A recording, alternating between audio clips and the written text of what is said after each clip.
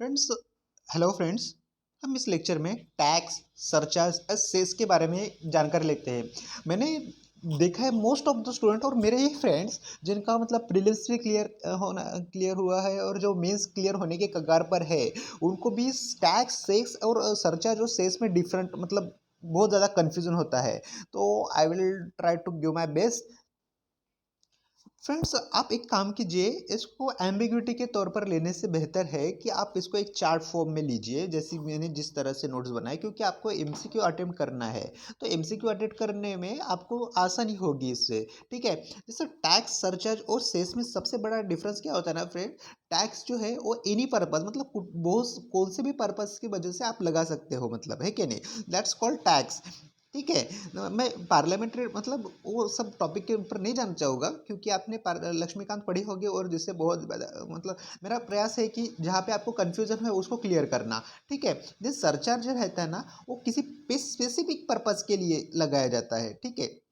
और जो सेस भी है, सॉरी मतलब ये जो सेस है वो किसी भी पर्पज़ के, सरचार्ज जो है वो किसी भी पर्पज़ के लिए लगा सकते हैं। मतलब अगर स्वच्छ भारत सेस लगाया जाता है, ठीक है, तो जैसा स्वच्छ भारत सेस है, तो वो सेस जो है वो एक स्पेसिफिक टर्मिनोलॉजी मतलब एक स्पेसिफिक बात के लिए लगाया जाता है। ठीक है फ्रेंड्स। तो और जो सरचार्ज है वो किसी भी चीज़ के लिए लगा सकते हैं। ठीक है। और ये सरचार्ज और सेस है वो कभी भी स्टेट के साथ शेयर नहीं होता फ्रेंड्स। ठीक है। और ये सारा जो पैसा है वो सारा जो पैसा है तो कॉन्सोलिडेटेड फंड ऑफ इंडिया ही में जाता है, इसमें कोई दोहराई नहीं है। बट टैक्स और सरचार्ज और सेस में ये बात अवश्य ध्यान रखिएगा, जिससे question most of the time बनता है। तो वो बात ये है कि टैक्स जो है वो स्टेट के साथ शेयर होता है। ठीक है। और जो सरचार्ज और सेस है वो स्टेट के साथ शेयर नहीं होता। ठीक है। और और आप बात करोगे फिर कि जीएसटी से कैसा है करके, तो मतलब वो जीएसटी टैक्स अलग ही प्रकार का वो टैक्स है कि मतलब उस पर सेस आएगा कि वो सेंट्रल के पास वो बहुत ज़्यादा एम्बिग्विटी है, उसके अंदर नहीं जाना चाहिए। आपको मोटा मोटा तौर पे और बड़ा नॉलेज लेकर ही चलना चाहिए, क्योंकि यूपीएससी के क्वेश्चन बहुत आसान होते हैं प्रीलिम्स के तो भी, और मेंस के मतलब डिफाइंड सिलेबस है, तो मतलब इसमें ज़्यादा हवाबाजी करने की ज़रूरत नहीं है। शांत रखिए, दीर्घ श्वास लीजिए और आराम से टैकल कीजिए। और दूसरा एक बहुत ज़्यादा क्वेश्चन है, मेरा एक फ्रेंड है एसटीआई, उसका भी उसको भी मतलब इसमें बहुत ज़्यादा दिक्कत आती थी, तो I was try to clarified on that. देखो फ्रेंड्स, जो इक्वेलिशन टैक्स होता है उसमें चार प्रकार के टैक्स होते हैं। ठीक है। टैक्स अवॉइडेंस के लिए स्टेप्स लिए गए थे गवर्नमेंट ने। जो गार है, general anti avoidance tax, POEM होता है place to effective management, then AP एक है advance pricing agreements, digital service tax है, इक्वलाइजेशन लेवी का। ठीक है। ऐसे चार प्रकार के टैक्स थे और मैंने ऐसे कंसाइल नोट्स बनाए थे। तो देखिए, गार जो होता है ना, जनरल एंटी अवॉइडेंस टैक्स, ठीक है, उसमें केवल केवल और केवल टैक्स बचाने के लिए कंपनी डील करती है। तो देखो, एक जैसे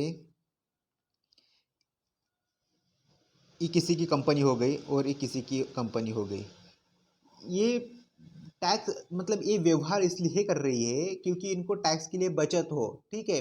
जो भी उसकी लॉफुल एलिजिबिलिटी होती है वो प्रीलिम्स के लिए बहुत ज़्यादा इंपॉर्टेंट नहीं है। और लॉयर्स एंड जो सेक्शनल ऑफिसर रहते हैं, रेवेन्यू ऑफिसर्स होते हैं, उनके लिए महत्वपूर्ण होता है। हमें एग्जाम क्लियर करना है, उस परस्पेक्टिव से हमने इसको पढ़ना चाहिए। तो फ्रेंड्स, जहाँ पर केवल और केवल टैक्स बचाने के लिए कंपनी डील्स करती है उसे ही गार कहा जाता है। देन पोएम, कंपनी फॉरेन में अकाउंट को लॉ को रजिस्टर करे और फॉरेन में फॉरेन वर्क में यहाँ करे, दैट्स कॉल्ड पोएम फ्रेंड्स। ठीक है। ठीक है फ्रेंड्स, देखो, फॉर एग्जांपल अमेजोन है, फ्लिपकार्ट है। अमेजोन कहती है कि हम अमेरिकन कंपनीज है। ठीक है, अमेरिका देन इंडिया। ठीक है। एक अमेजोन कंपनी इंडिया में आती है और वो सारे व्यवहार मतलब अकाउंट तो यहाँ पे है। ठीक है उनका, तो और सब व्यवहार यहाँ पे कर रही है। तो गवर्नमेंट पहले ही बता देंगी कि यहाँ पे इतना इतना टैक्स लगेगा भाई साहब। तो वो कंपनी कहेगी कि हम तो अमेरिकन कंपनी है, हम अमेरिका में टैक्स देंगे। तो नहीं भाई साहब,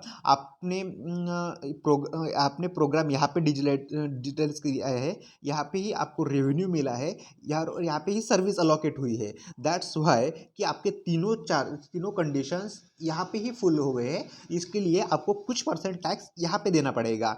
दैट्स वाई पोएम फ्रेंड्स, ठीक है।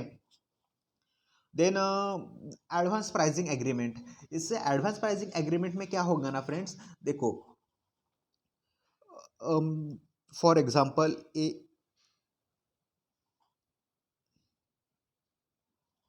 यूरोप की BMW है, ठीक है, BMW company, British work model work motor work. Then ये इंडिया, ठीक है फ्रेंड। क्या होगा अगर एडवांस प्राइसिंग एग्रीमेंट नहीं हुआ, तो यहाँ पे तो उसको टैक्स देना ही पड़ेगा क्योंकि ये ब्रिटिश कंपनी है। बट यहाँ पे उसकी सर्विस अलॉकेट होगी तो उसे यहाँ पर भी टैक्स देना पड़ेगा। इससे कंपनी पर बहुत ज़्यादा मार पड़ेगा, इससे ईज ऑफ डूइंग बिजनेस कम हो जाएगा, क्योंकि उसको यहाँ पे जितना परसेंट है उतना परसेंट तो देना ही पड़ेगा टैक्स, ठीक है। 12% हो 15% हो उतना तो यहाँ पे देना ही पड़ेगा। और वो इंडिया में कहेंगे कि इंडिया में देना पड़ेगा, तो उसको टैक्स गिरा 24%, है क्या नहीं फ्रेंड्स। और बाकी का ट्रांसपोर्टिंग कॉस्ट वगैरह वो जाके तो उसको मतलब 25% के राउंड अबाउट हो जाता है।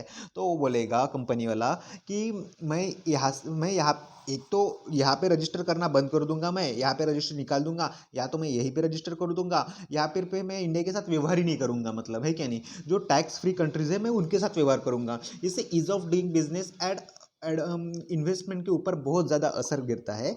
दिस वे इंडियन गवर्नमेंट वगैरह finance ministries and all diplomats पहले मिलते हैं दोनों कंपनीज वाले कंपनी के तहत। और दोनों मतलब जो पॉलिटिकल लीडर्स रहते हैं वो पहले मिलते हैं और डिसाइड करते हैं कि देखो भाई, हम इस बात का इस तरीके से टैक्स लगाएंगे, इतना इतना टैक्स लगाएंगे।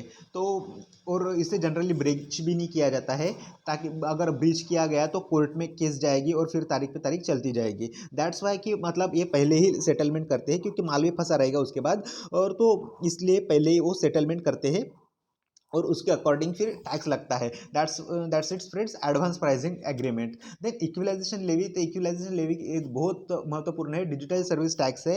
इस पे ऊपर यूपीएससी ने पहले भी क्वेश्चन पूछा है, 2 बार क्वेश्चन पूछा है यूपीएससी ने। तो इसमें इसको रट्टा मारना चाहिए। 6% tax on online advertisements services offered by the non residents entities, ठीक है। 2% for the foreign e commerce companies के ऊपर लगेगा, ठीक है। That's all friend. Hope so आपको इसमें बेटर क्लियरिटी मिली होगी। गार पोएम, एडवांस प्राइसिंग एग्रीमेंट और इक्विलाइजेशन लेवी में liquidation TV digital service tax है फ्रेंड्स। और इस टैक्स लगाना ही चाहिए फ्रेंड्स, क्योंकि बहुत ज़्यादा उनका मार्केट भी बढ़ चुका है। सो और रेवेन्यू, इंडिया को भी रेवेन्यू का प्रॉफिट मिलना चाहिए ना फ्रेंड्स, है कि नहीं। That's it friends, as per my best knowledge मैंने आपको समझाने का प्रयास किया है। होप आपको लेक्चर अच्छा लगा होगा। आपको लेक्चर अच्छा लगा होगा तो लाइक कीजिए, शेयर कीजिए और subscribe to my channel friends. Thank you friends.